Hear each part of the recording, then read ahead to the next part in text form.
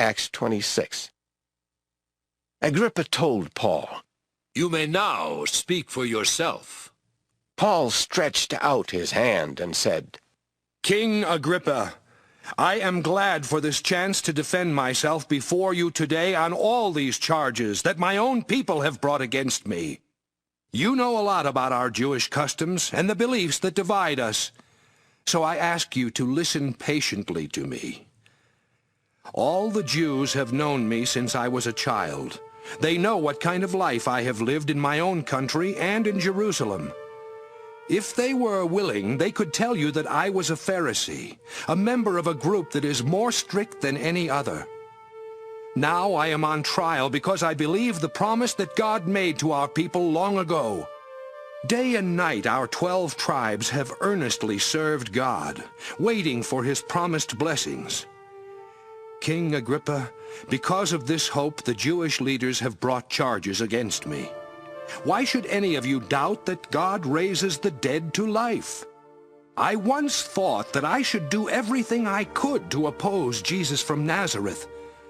I did this first in Jerusalem, and with the authority of the chief priests, I put many of God's people in jail. I even voted for them to be killed. I often had them punished in our meeting places, and I tried to make them give up their faith. In fact, I was so angry with them that I went looking for them in foreign cities. King Agrippa, one day I was on my way to Damascus with the authority and permission of the chief priests. About noon, I saw a light brighter than the sun. It flashed from heaven on me and on everyone traveling with me. We all fell to the ground. Then I heard a voice say to me in Aramaic, "Saul, Saul, why are you so cruel to me? It's foolish to fight against me." "Who are you?" I asked. Then the Lord answered, "I am Jesus. I am the one you are so cruel to. Now stand up. I have appeared to you because I have chosen you to be my servant. You are to tell others what you have learned about me and what I will show you later." The Lord also said, "I will protect you from the Jews and from the Gentiles that I am sending you to. I want you to open their eyes so that they will turn from darkness to light and from the power of Satan to God. Then their sins will be forgiven, and by faith in me they will become part of God's holy people." King Agrippa, I obeyed this vision from heaven. First I preached to the people in Damascus, and then I went to Jerusalem and all over Judea. Finally, I went to the Gentiles and said, "Stop sinning and turn to God. Then prove what you have done by the way you live." That is why the Jews grabbed me in the temple and tried to kill me. But all this time God has helped me, and I have preached both to the rich and to the poor.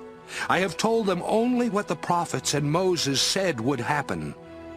I told them how the Messiah would suffer and be the first to be raised from death, so that he could bring light to his own people and to the Gentiles. Before Paul finished defending himself, Festus shouted, "Paul, you're crazy! Too much learning has driven you out of your mind." But Paul replied, "Honorable Festus, I am not crazy. What I am saying is true, and it makes sense. None of these things happened off in a corner somewhere. I am sure that King Agrippa knows what I am talking about. That's why I can speak so plainly to him." Then Paul said to Agrippa, "Do you believe what the prophets said? I know you do." Agrippa asked Paul, In such a short time, do you think you can talk me into being a Christian? Paul answered, "Whether it takes a short time or a long time, I wish you and everyone else who hears me today would become just like me. Except, of course, for these chains." Then King Agrippa, Governor Festus, Bernice, and everyone who was with them got up. But before they left, they said, "This man is not guilty of anything. He doesn't deserve to die or to be put in jail." Agrippa told Festus, Paul could have been set free if he had not asked to be tried by the Roman emperor.